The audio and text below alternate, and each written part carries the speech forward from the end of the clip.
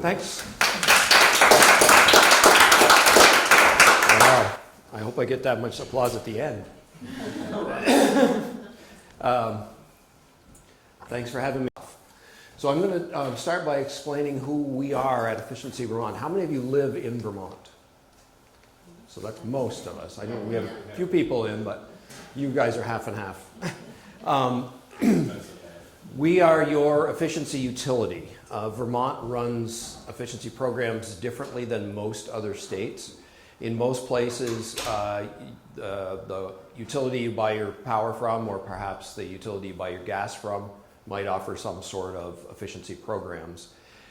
In Vermont, we don't do it that way. We pool everybody's money together, and we have one entity provide those services statewide, regardless of who you're buying your power from or any of that. As we discussed over dinner, Vermont has a surprising number of electric utilities, for example. But in Vermont, everybody has access to the same set of services. A couple small exceptions, but for the most part. And those services are paid for with a little piece of your electric bill. There's a line item on there. It's called an energy efficiency charge. For most Vermont households, it ends up being about $100 a year, but it depends on how much you use because it's per kilowatt hour thing. And that provides the bulk of funding for Efficiency Vermont. And what we do is we are mostly an information resource. And a lot of what we do is either education or it's technical assistance of some sort. Some of it is like what I'm doing right now. Some of it is going out to somebody's house and giving them advice. Some of it is walking through a business and trying to figure out how they can save money by changing out motors or lighting or whatever. So our services are available to anybody in Vermont that pays an electric bill. We essentially work for the people of Vermont, but through the state. So the state oversees the contract with my parent company, but it's not mine, we're a nonprofit. It's called the Vermont Energy Investment Corporation. We've been around since '86. And we essentially have the contract with the state to deliver this set of services that we call Efficiency Vermont. And as I said, mostly what we do is information.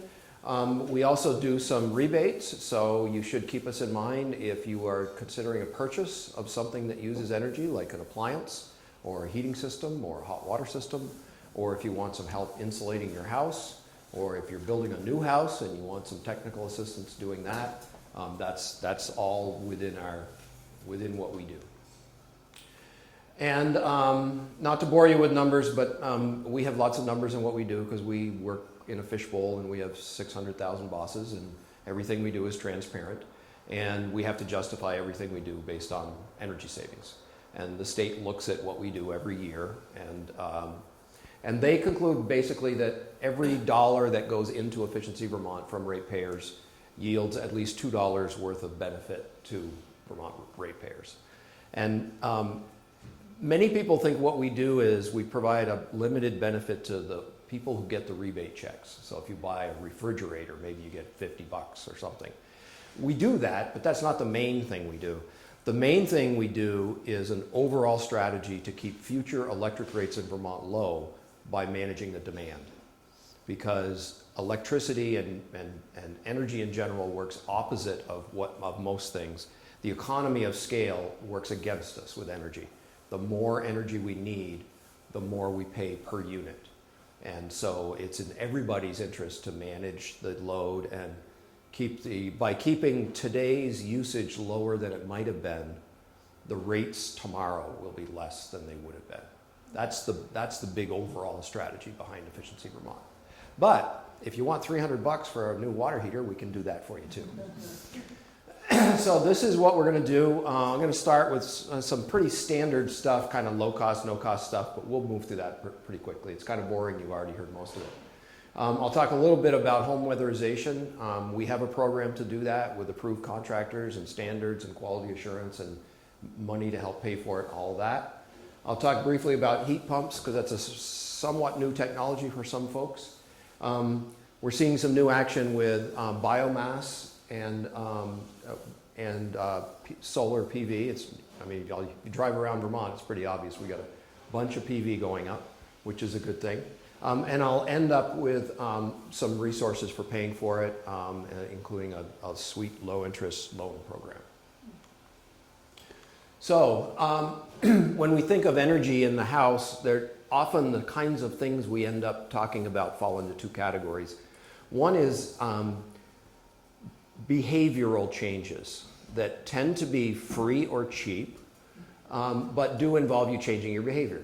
And then there's efficiency or technology measures, which is basically getting a better machine or a better light bulb or a better this or a better that. And a lot of things we do are mixes, but you can kind of think of them as falling into these categories. We get a lot of questions about setback thermostats still, because the most common question goes something like, well, my brother-in-law told me that there's no point in turning your thermostat down when you go to work, because when you get home, you're just going to have to turn it back up, and the thermostat's going to have to work twice as hard to get the house back up to temperature. You end up burning the same amount of gas as you would have anyway. That's wrong. That's false. Anytime you maintain your house at a lower temperature than you would have otherwise, you will save money. And it all comes down to the fact that you have to provide the house with the same amount of heat as is leaking out of it in order to keep it at a temperature. And the amount of heat that leaks out of your house at any given moment depends on the temperature difference between inside and outside. And we can't do anything to change the outside temperature, but we can change the inside temperature. So you pull it down 5 degrees, that's 5 degrees less temperature difference between inside and outside. That means we have less heat loss from that building to the outdoors, and that means we have less heat we have to provide to make up for that loss. And then the other question we get about setback thermostats is, well, I'm already turning it down and turning it back up by hand. Isn't that the same thing? And it is the same thing, except for two things. One is people forget, and your setback thermostat doesn't forget as long as it's not broken. So if you're in the habit of turning your thermostat down before you leave for work in the morning, and you forget to turn it down, it's not a big disaster, but you don't get the savings that day. And the setback thermostat will remember.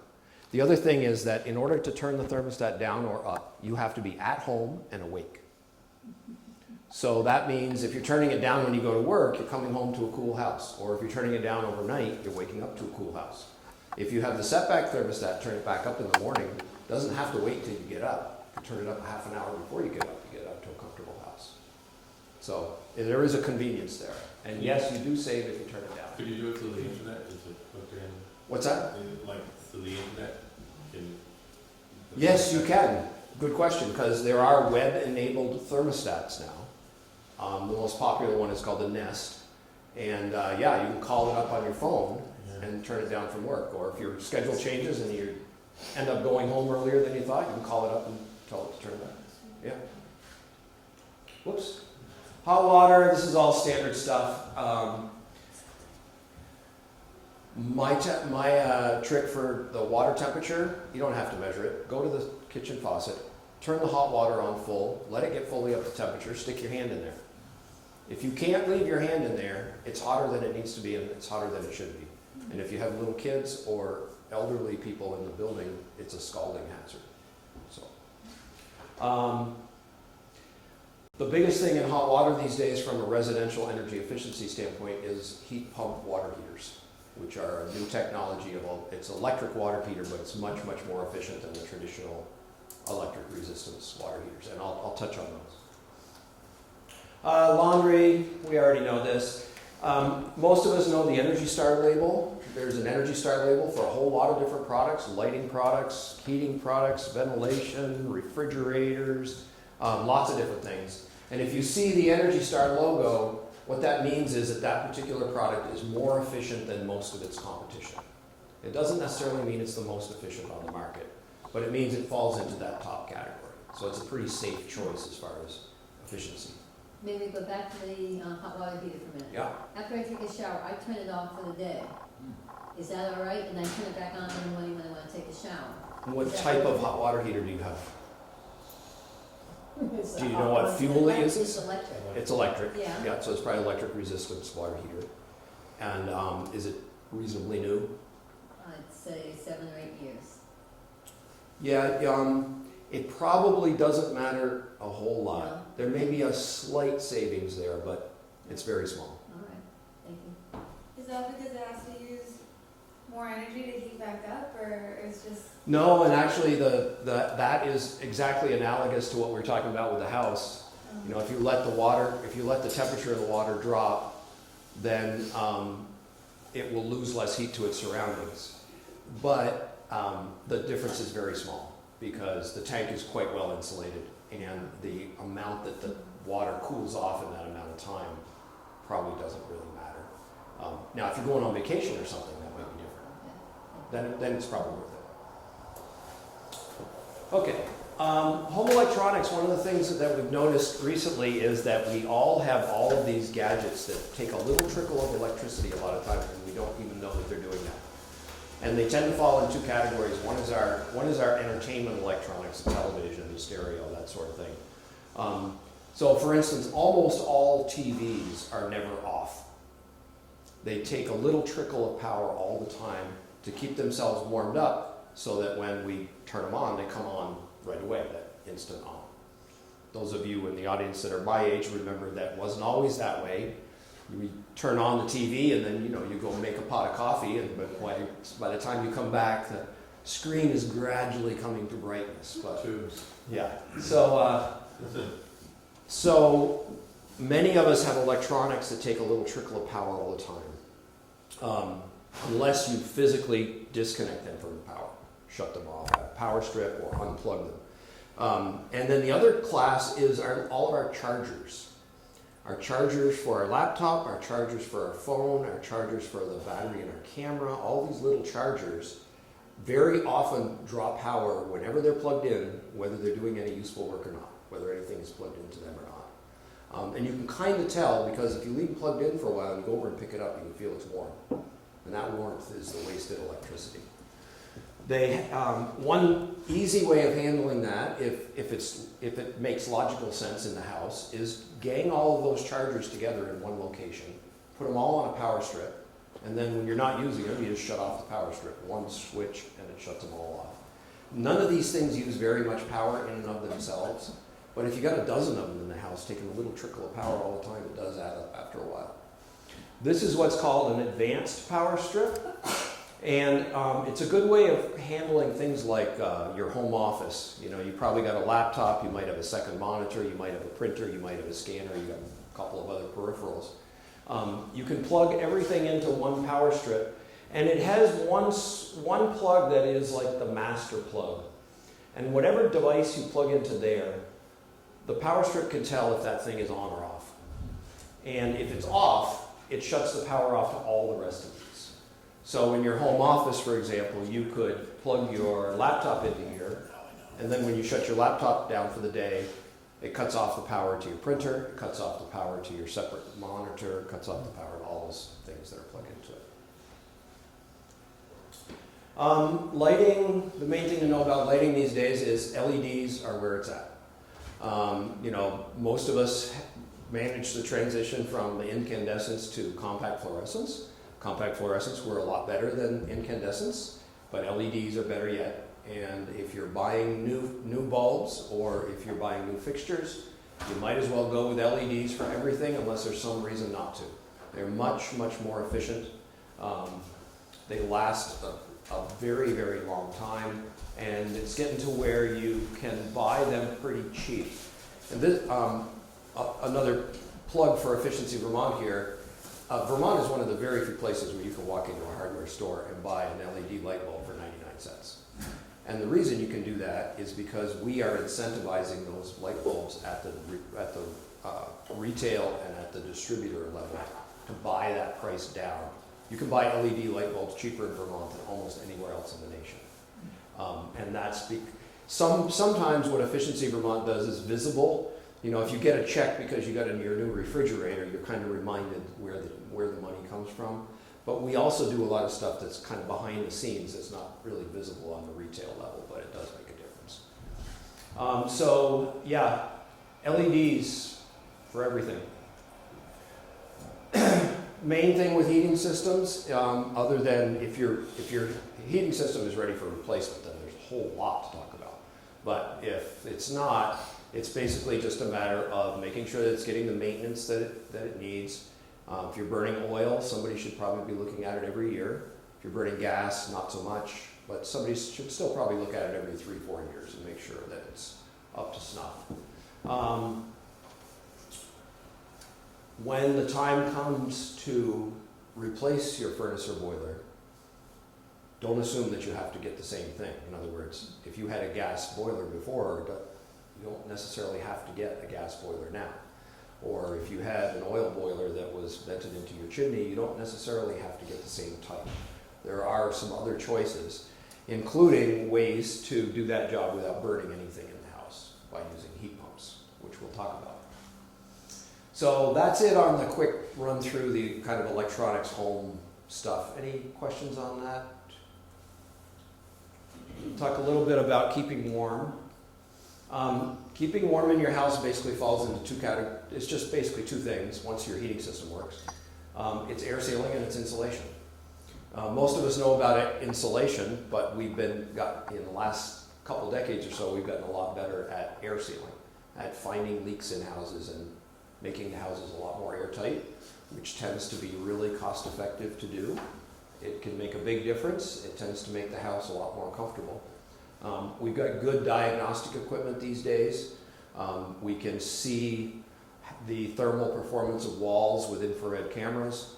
We can use a blower door to measure and evaluate the airflow in a house. For those of you who haven't seen, a blower door it's basically just a big calibrated variable speed fan that sets up in a doorway temporarily, and you suck a bunch of air through the house, and you have measuring instruments.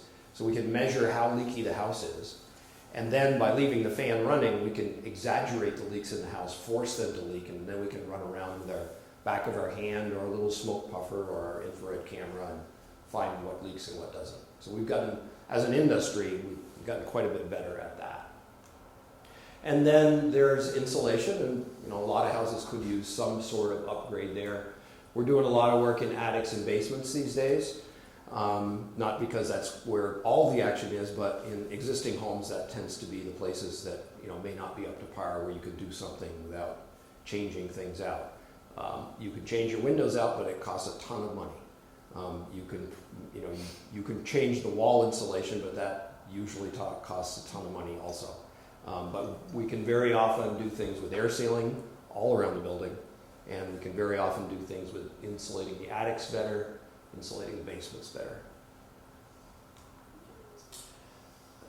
There's stuff that goes along with tightening up your house that you need to be aware of and take care of.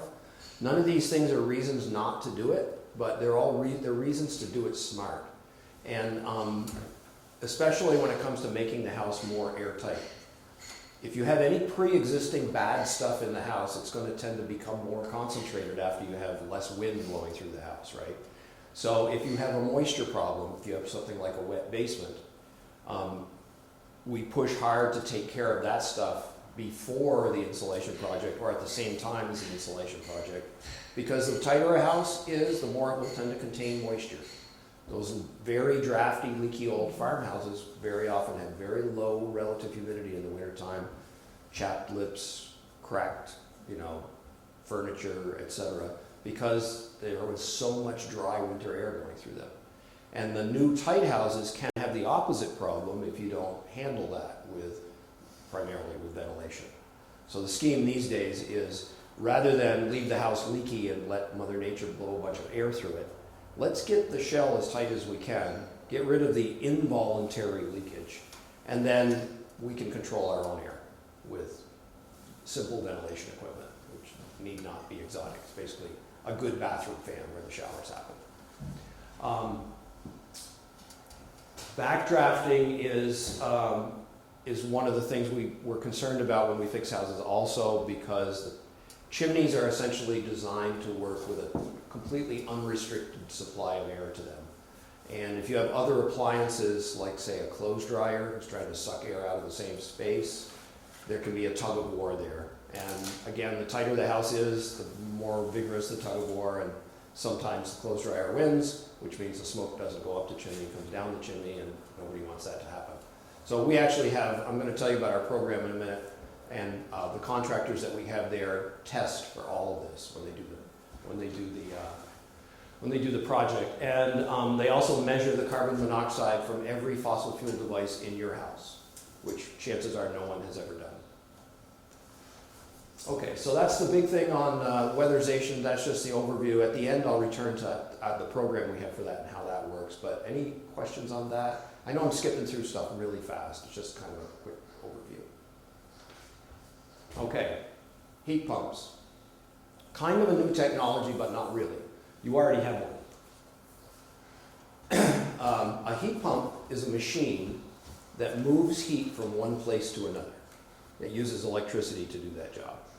Heat pumps come in different varieties depending on where you want to take the heat from and where you want to deliver the heat to.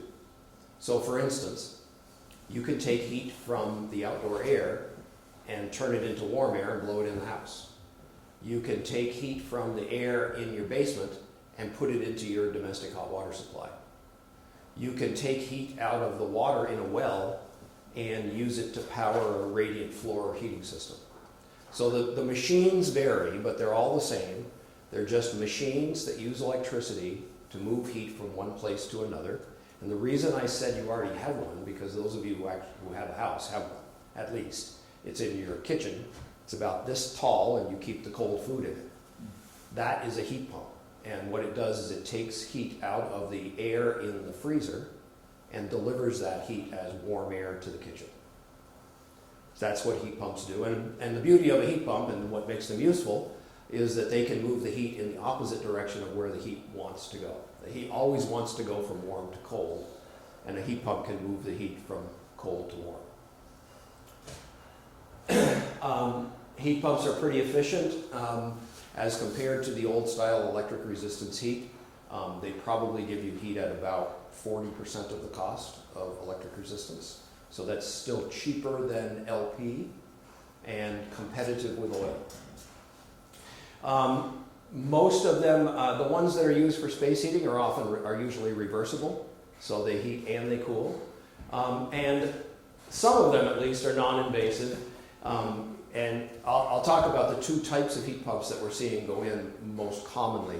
There are other types of heat pumps, and if you wanted to replace your oil or gas furnace or boiler with a central heat pump, you can do that. That's less common. The two common ones we're seeing are heat pump space heaters, commonly called ductless mini splits, and heat pump water heaters. So a heat pump is, you can think of it as an air conditioner in reverse. An air conditioner is another form of heat pump. And the air source heat pump that is popular as a space heater looks kind of like this. There's a unit that sits inside, typically high on the wall. There's a unit that's outside. Those of you who are familiar with central air conditioning systems know that they will typically have an outside unit. So it's similar to that, but smaller. And basically this thing just blows warm air in the winter and it blows cool air in the summer. And it uses electricity to do that. It's a pretty good strategy for folks who, first of all, you could use this as a total heat for your entire house if you were building a very compact, energy efficient house. But commonly, the way we're seeing them going in Vermont is they're going in to serve a central area with the idea that this will displace most of the use of the central system. But the central system stays in place, and we may need to tap into it when it gets 20 below, or when all the family comes over for the holidays and we open up all the bedrooms again, or whatever it is. So many Vermonters are used to this space heater strategy. Some of us do it with wood stoves. Some of us do it with a gas space heater, where we've got a central system that may be expensive to run, or maybe we just don't want to heat the entire house. So we have a space heater in one room where we spend a lot of time, and we use that device as much as we can, and then we fire up the central system when we need to. That's the way a lot of people use it. I got one about a year and a half ago, and we've been using it quite a bit. Like I said, we've been burning LP, and even though I have a very efficient boiler, this thing produces heat cheaper than burning the LP. And it's not a fossil fuel, and I've been trying to reduce my fossil fuel use. And this I'm going to skip by. So these are the characteristics that make a good house for one of these heat pump space heaters. It should be reasonably air sealed and insulated because these are not huge heaters. They don't put out a ton of heat. So you're probably not going to do the big old rambling farmhouse with these. But you can do a lot of houses with them. An open plan is good because again it's a space heater, it has no distribution, so it's just kind of blowing air out. So if you have an open floor plan where maybe the kitchen area and the living room area, the dining room area are kind of one big area, that's a good layout for that. If you have a functioning backup system, as I said, now you don't have to size the system for the coldest morning of the year. It's okay if it's smaller than that. The more expensive a fuel you're burning, the more it makes sense to burn something else. As I said, these will produce heat cheaper than LP and competitive with oil at current pricing. They're fairly quiet too, aren't they? They're fairly quiet. Yeah, they're not completely silent, but they're pretty quiet. And multi-zonal heating just refers to the idea that if you want to keep different parts of your house at different temperatures, you can do that with this space heater strategy. And they're a good mix for renewables because it's you're burning a fuel that you can essentially produce on site. We did our solar 2 years ago. We did the heat pump a year and a half ago. My electric we used the heat pump for at least half of our heat last winter. We burned some wood, and my electric bill is zero. I mean, literally zero. So I'm feeling good about that. And I have my LP boiler shut off completely. That's kind of what you might expect to spend. I did spend about $4,000 for mine. We're not recommending, I should have taken them right off the slide, we're not recommending the multi-zone ductless systems right now. The ground source heat pump is a central system where you're taking heat out of the ground. It's much more expensive on the installation side. And we do currently have a $400 to $500 incentive if you get a heat pump. Why aren't you recommending the multi-zone ductless? They've been having a bunch of problems with them in terms of efficiency, and it seems this is where you have one outside unit, but it serves more than one inside unit. And the biggest problem seems to be that they have to size the outside unit to meet the capacity of both of these running at once, and they don't usually run at once, and when only one is running, now the equipment is mismatched as far as size. Okay, and then there's the heat pump water heaters. Again, same idea. These take heat out of the air in your basement and put it into the water and make hot water with it. About the same size as a conventional heater, a bit taller. And again, it produces hot water at about 40% of the cost of electric resistance water heater. So like the space heater, it's cheaper than LP, probably similar to oil in terms of operating cost. You do need space to put it in because it takes the heat out of the air. You can't put this in a closet. It needs to be in a kind of an open space. And it condenses on the heat exchanger in there, which actually is a good thing because it dehumidifies a little bit. So as this operates, it's pulling stuff across a coil and creates condensation, and that ends up in a drain. So you just have to plan for that. It has to go to either a condensate pump or a drain to daylight, just like a lot of modern boilers and furnaces do. And there's a rebate for those guys too. Okay, anything on that before we hop ahead? All right, solar, electric, and wood. PV is here to stay. We've got a lot of it around. Like I said, I'm very, very happy we put it on our house. It's not cheap. It kind of depends on what your situation is. Our situation is we've lived in the same house for 30 years. I would like to live there another 30. I would like to retire next year. And we're looking at getting our expenses way down low. So I want a zero electric bill. I want my heating bill to be down as low as we can get it. So that's the deal.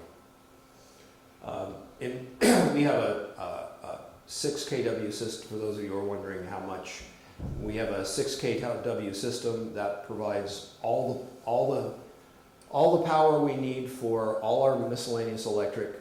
We're making our hot water with electricity, and we're doing about half of our space heat with electricity, and we get all of that from the roof. That system retailed for about $23,000, and after the federal tax credit, it cost us about $17,000. The federal tax credit has gone away now. It is.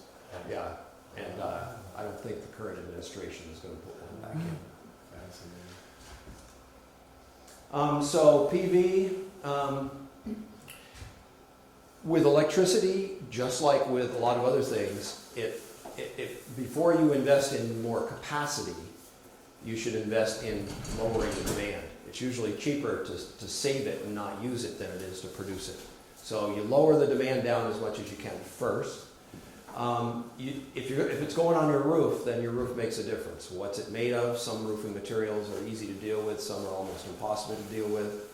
What direction does it tilt? And what condition is it in? We actually our solar panels went on the house a month after our new roof went on. The house was 30 years old, needed a new roof. You don't want to put a solar system on your house the year before you put the new roof on. Put it on afterwards. What direction does it go? How steep is it? What's the shading thing? Are there zoning restrictions? There were in my town where I live in Fairfax. We had a layout that was going to be beautiful. It's just a simple rectangle centered on the roof. Absolutely wonderful. And then the fire department comes over and says, nope, can't do that, can't do that. We need room to walk on the roof here in case we're going to hack a hole in it when the house is on fire. And you can't run exposed cabling across there because somebody might trip on it and fall off the roof. So we had to change the whole layout. It still worked, and the contractor did it for the same price, but it doesn't look anywhere near as nice. But we don't look at it anymore. So all of that counts if you're putting it on the roof, but of course you don't have to put it on the roof. You can put it on a different structure. You can build a structure to put it on. Maybe your roof isn't suitable, but maybe your garage roof is suitable. And then also you could do one of those trackers. You've seen those. They're the big square ones. They sit on a post and they just turn and face the sun all the time. And then you can also do off-site solar. You can get together with your friends, and you can as a group buy a solar system somewhere and split the power that it produces. There's lots of options. Vermont is still a pretty friendly place to do this. The deal gets worse every year, so if you're thinking of doing it, now is a good time to do it, because the buyback deal that you get with the power company gets locked in at the time that you start generating power. You're actually you're handled from a legal standpoint like you were a little mini utility. There's actually a formal agreement that you're going to produce power for this price. And every year the deal changes and it gets a little less desirable than it was last year. So don't wait too long. You also can do solar without owning it.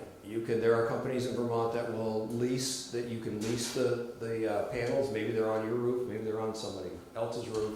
There's lots of different options for doing solar. We bought ours outright. It just seemed to make more sense to me, but you don't have to do that. You can do community solar, as I said. You can get together with groups. And all of this is made possible by what's called net metering, the idea that you don't have to have a set of batteries. If you're making more power than you're using at any given minute, you just feed it back into the grid. The meter keeps track of all that. You get credit for all of that. So that makes the installation cost much, much lower if you don't have to do that battery grid like we used to. And like I said, there's lots of different incentives, and they change all the time. The federal tax credit is gone. Okay, so that's it, a little burst about PV. And here's a little burst about burning wood in a boiler or a furnace. We burn a lot of wood in Vermont, and most of it is wood stoves. But we've done a certain amount of wood boilers and wood furnaces since the old days. And now, of course, we're burning pellets. And in some of the bigger boilers that we're using in some of our schools, we're burning wood chips. And the technology's gotten much better. You can get high efficiency and low emissions out of this stuff, so it's pretty clean. They can deliver pellets to your house now just like they deliver oil. You don't have to pick up a 40-pound bag and put it in your trunk, and then another one and another one. This is a pneumatic delivery. It's just a air-powered hose, and it just puts it into a big, in fact, you can see it through the open door. There's just a big fabric bin in there. So this is a furnace or boiler that sits down in your basement, operates just like your gas or oil furnace or boiler, and provides the heat for the whole house, and you don't have to do anything except operate the thermostat. Works like that. So there's some sort of storage room. There's either an auger or a pneumatic delivery to the unit. There's almost always a buffer storage tank, so the boiler doesn't have to fire up all the time. It fires up, it creates this tank of hot water, and then you draw off that tank for the stuff that you're using. Okay. Last piece is paying for it. Well, this is the last formal piece, and then we can talk about whatever you want to talk about. So there's lots of different ways of thinking about investing in energy efficiency. Some people think of this as an investment that I'm going to put a certain amount of money toward, and then that money is going to trickle back to me gradually. So it's an investment much like buying stocks might be, or certificate of deposit or something like that, where you're going to take a chunk of money, you're going to put it somewhere, and then little by little that money is going to come back to you. And in terms of the energy efficiency, the way it comes back to you is in lower energy bills. So you're spending less than you would have otherwise. This is not a lie, and it's indisputable. The kinds of work that we're doing in existing homes in Vermont is providing a return on investment that's way, way better than the stock market has been doing lately. For some people, cash flow is the big thing. For some people, it's like, well, yeah, I got a couple grand I can put there, so we can talk about, how fast does it come back to me? What do I get for that and stuff? And then other people are like, I'm having trouble coming up with next month's expenses, and I don't have $5,000 sitting around. So how do I put together a plan to make this happen without doing that? So we have plans for that. But this is just an acknowledgement that different people look at these things differently. And for some people, the primary question is this the best use of this money that I have laying around that I can do something with? And for other people, it's more like a question of how can I possibly do this? I don't have the money to pay the contract. Cash flow is the difference between what's coming in and what's going out. One of the tricks to making this happen is to get yourself a low interest loan, and I got one for you, and spread out the payments enough so that you can make the payments with the savings. So let's say you want to do an insulation air sealing project at your house, and we'll keep the numbers round, but I'll keep them in the ballpark of what we commonly see. So let's say we do a $10,000 project. Our average project is E, but 10 is a nice round number. And we very often get about a 10% return on investment. In other words, if we spend $10,000 on that project, very often we can save about $1,000 a year on the energy bill by spending the 10. So some people would think that's a 10-year payback or whatever. So the idea is if you can pay for a piece of it, and then that piece could be a small piece, could be most of it, and then you take the rest and you finance it with a long enough term so that the savings pay for the loan payment. So in the example we just gave, you're going to save $1,000 a year on your gas, oil, electricity, whatever it is. That gives you an extra $1,000, and you use most or all of that to make the loan payment. So let's say before the work, your heating bill was $3,000 a year, and now it's $2,000. So you used to have a $3,000 heating bill. If you don't do anything, you will continue to have that $3,000 heating bill forever, right? Or it'd probably go up. But if you do the project, now you have a $2,000 energy bill. You saved $1,000. Most of it is going to pay for the work, but once that whole scheme is done, once the loan is paid off, then you get the savings. You get the full value of the savings. You get the full $1,000 a year. And in the meantime, you know, you're more comfortable in the house, and, you know, other problems that we often solve along the way, like moisture in the bathroom and moisture in the basement, et cetera, et cetera. So that's one scheme, is let's spread the payments out enough so that the savings make the payments for us. And that's way better in a lot of houses than doing nothing. Because that's another way to think about this, is that you have this ongoing bill, and if you do nothing, if it's higher than it should be, and you have the opportunity to pull it down, and you do nothing, that may end up costing you more money in the long run than doing the project, because you continue to pay those high bills year after year. So if you want to do something like that to your house in Vermont, there are two programs for that. One is the low-income weatherization program, and those services are free to households that are income eligible. And then our program, Efficiency Vermont's program, which we call Home Performance, in that case you would hire a contractor yourself. It would be one of our approved contractors. They would do it according to the standards they've agreed to. They would report the job to us, and we would send you a check to help pay for it. So that's kind of the way that works. This is the low-income program. So depending on where you are in the state, it's administered by those 5 agencies. The telephone numbers are right there. You know, and I don't have the income numbers in this presentation.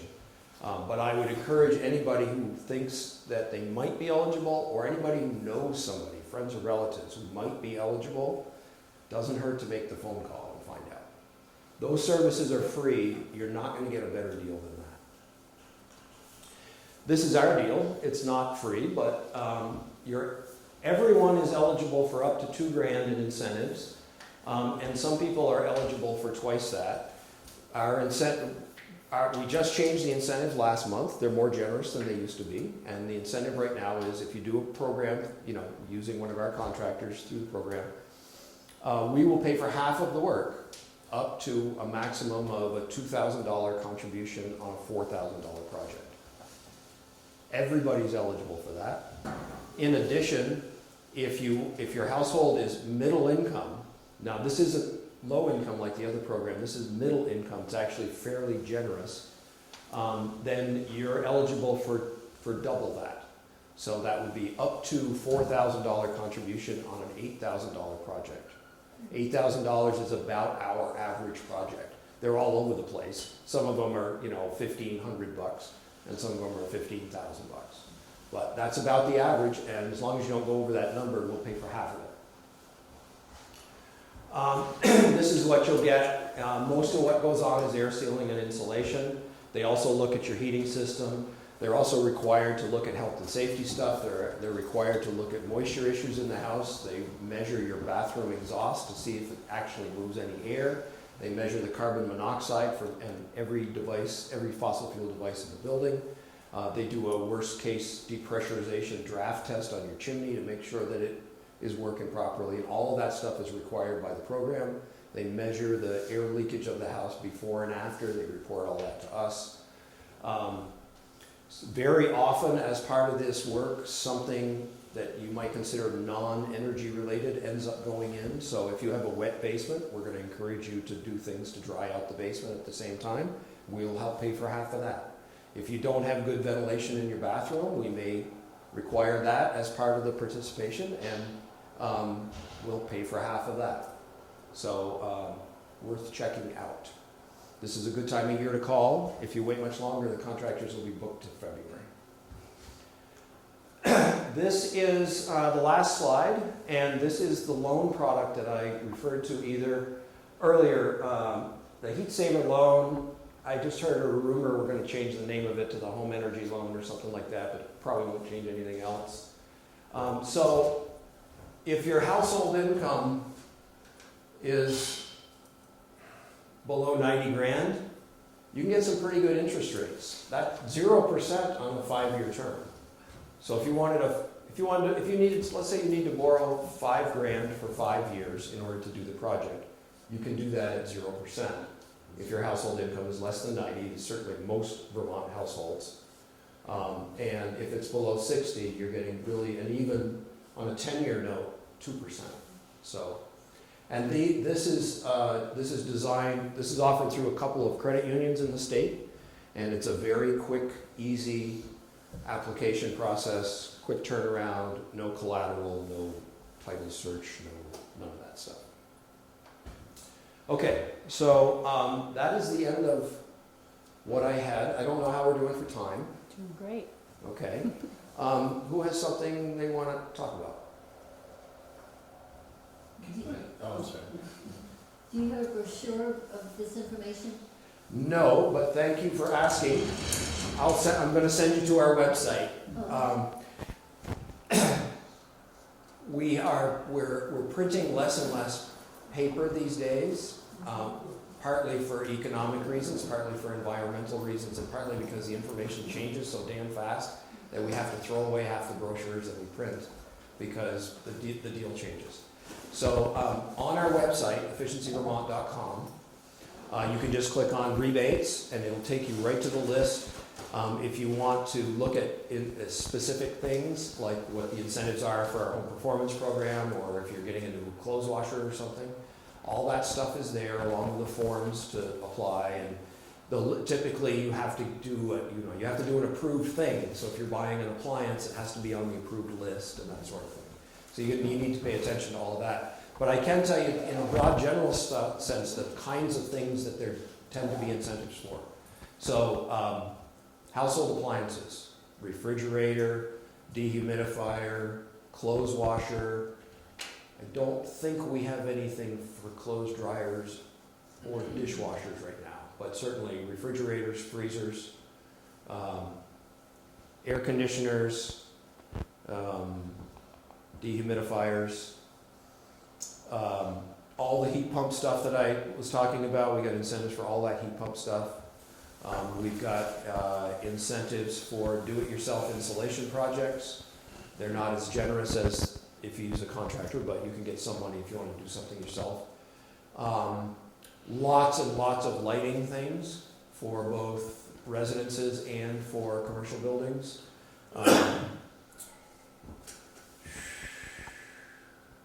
That's the bulk of it in terms of household stuff. We incentivize a lot of other stuff for businesses, but it tends to be more generalized, more efficient motors or that sort of thing. And then we work with a lot of specialty industries. Like we've done a lot of work recently with the ski industry and their snowmaking stuff, trying to make the snowmaking process use less energy and less water. But for households, that's the main thing. And I would say just tuck away in your head that if you're buying any kind of household appliance, just look online and see if there's some sort of incentive available for that. Other stuff? I'm interested in just some information on the infrared heating, either lamps or lighting. I don't know if you've heard of that. Or you know how bathrooms have the infrared light sometimes that goes off heat. In